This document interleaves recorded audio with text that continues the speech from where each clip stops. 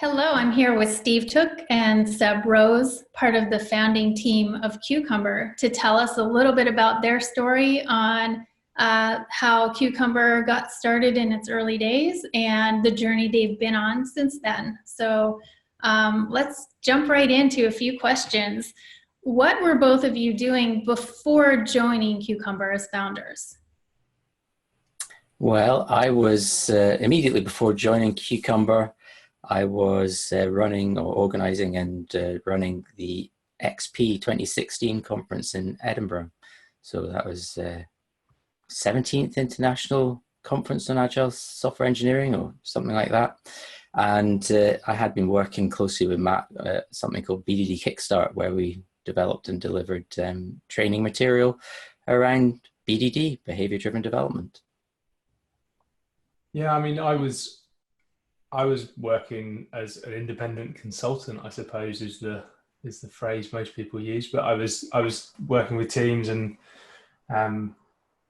coaching them on software delivery practices and including BDD.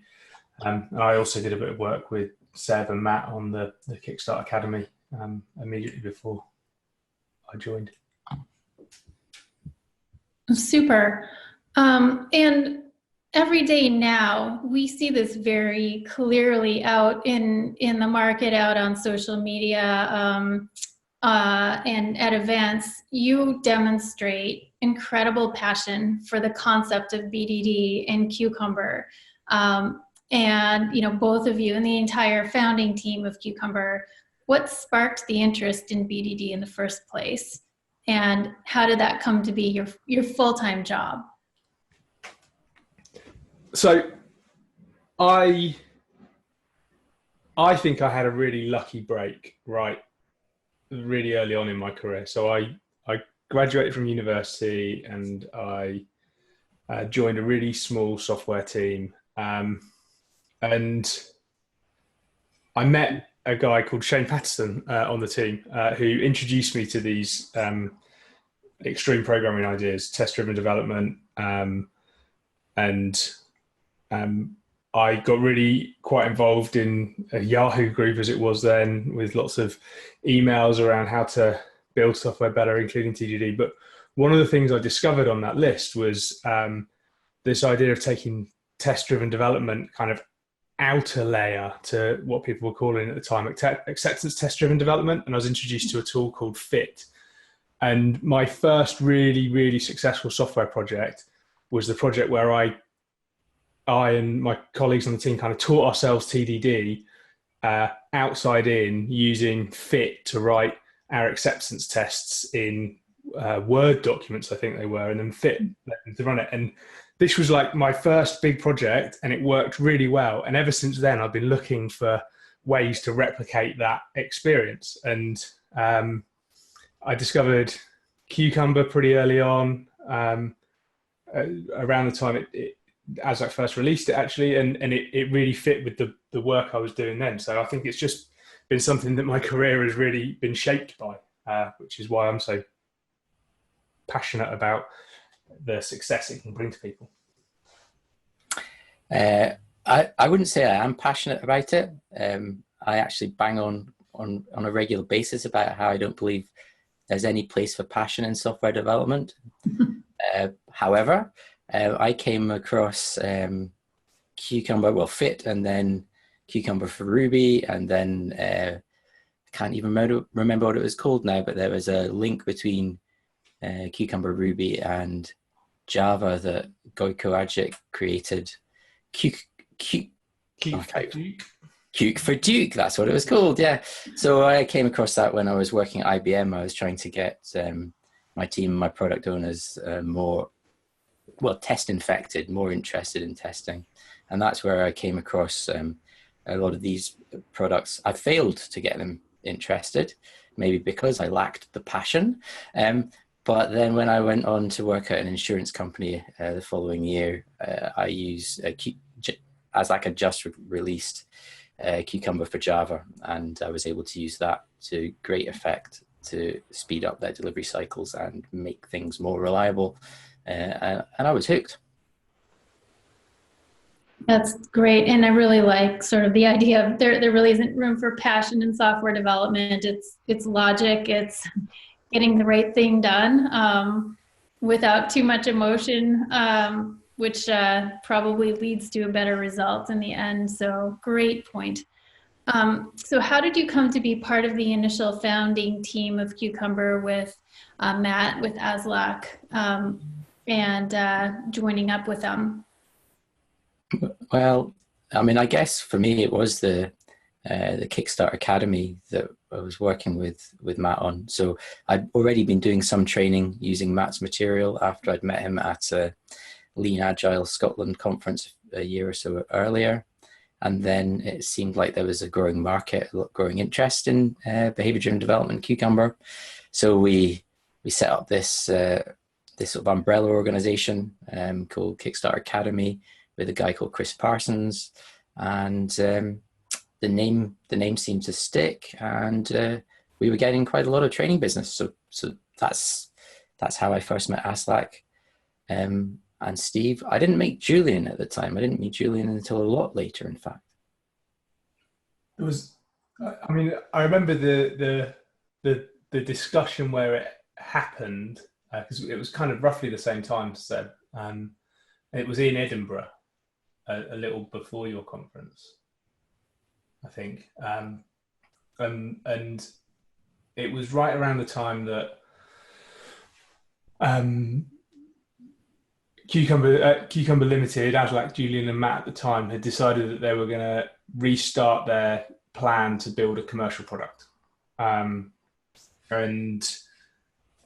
they realized that it was really difficult to run a training and consulting business and build a software product at the same time. So they felt that they needed more hands, more expertise, people who could do all of the coaching and the training and be involved in the development to run the business. And I think because we both worked with Matt previously on Seb's Kickstart Academy, and I'd spent a lot of time working on what was the second version of Cucumber, Ruby at the time.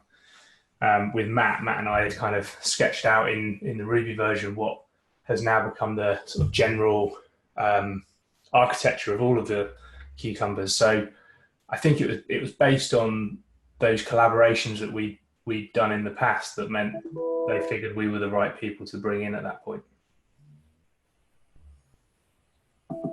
Great. Did you ever have a moment of, what have I gotten myself into? You know, it's hard to get a company, off the ground and growing and started. Did you ever second guess what you had done in the process? Every month. There's one particular moment, Seb, which somehow it fell to you and me, which is interesting. But we were at a conference in Porto, in Lisbon, and most of us were presenting or doing something.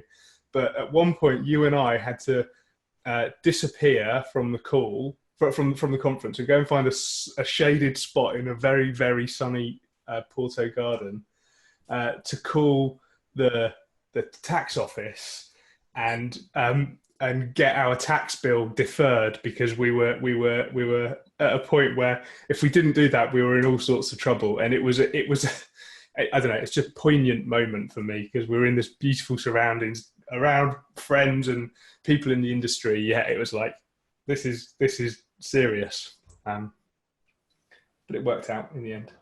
Yeah, no, there was just constant money issues, and that was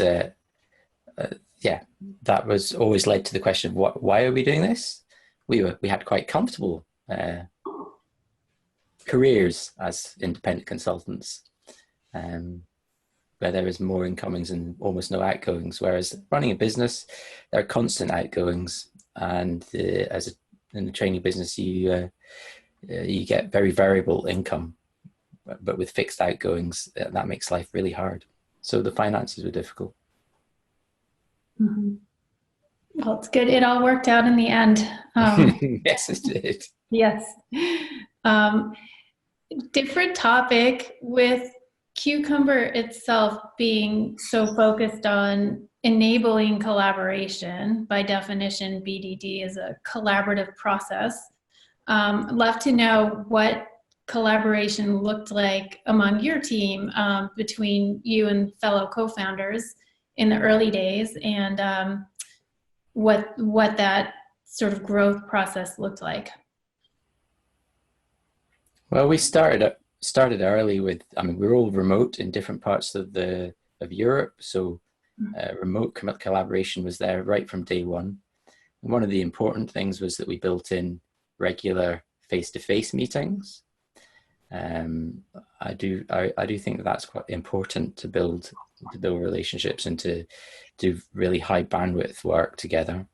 But there was, right from the beginning, the development, most of the co-founders were working on mobs together, and I guess we're early adopters of the technology, and so tried everything, with Screen Hero, and I forget all the other bits and pieces, Appear In, and yeah, we tried them all.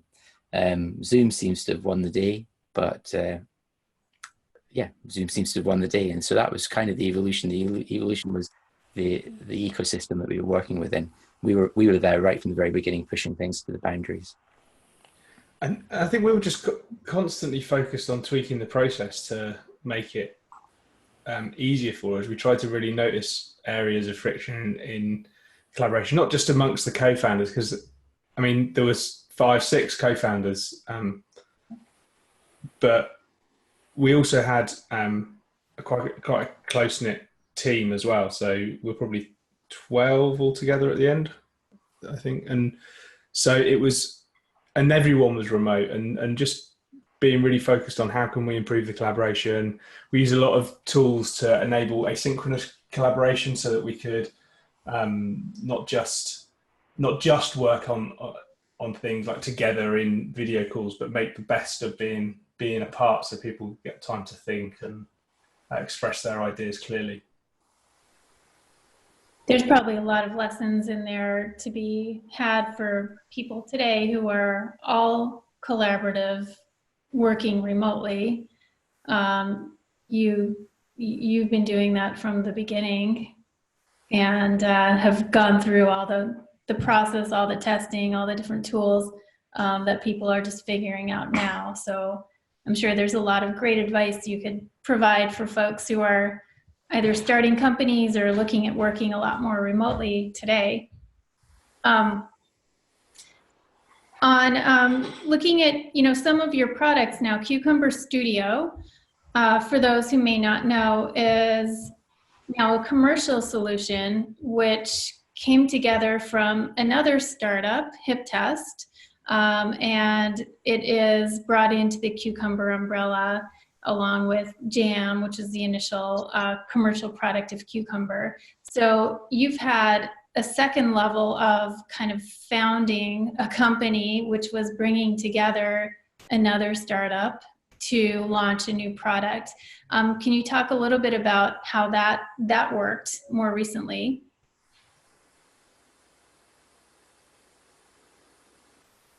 This is a great question. I think it's been a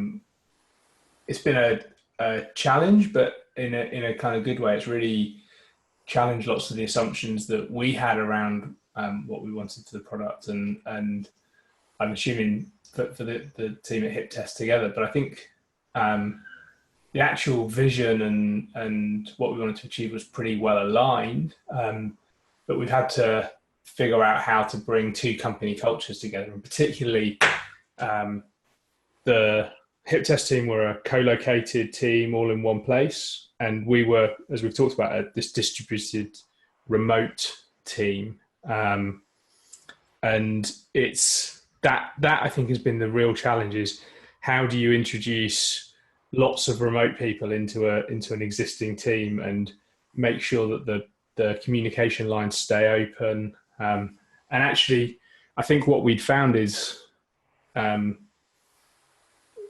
tending towards remote first made it easier. So we found more and more of the original hip test team was starting to work from home in places because it just made more sense because they were collaborating more with us. And I think it became really noticeable that as the current COVID-19 situation happened, the team just flicked like that into it all being remote. And I don't think we missed a step in that process, which has been amazing, I think. The other thing that we should point out is that Hip Test is based in France, and they all speak French, and they almost overnight swapped to running all their business meetings in English. It's just amazing. So I don't know what it would have been like in the States if you tried to get everyone in Boston speaking French. It certainly wouldn't have worked with us. We don't speak that much French. So it was really incredible, and it's been a joy working with them. It's been a real joy. Yeah. I've enjoyed every minute of it. 100%. Oh, fantastic. What's been the most rewarding thing about your journey as entrepreneurs? Honestly, not being one anymore. Being able to focus on things that are important rather than things that are just plumbing necessity. So I did lots of accounts when we got acquired. I did an awful lot of reading through legal documents.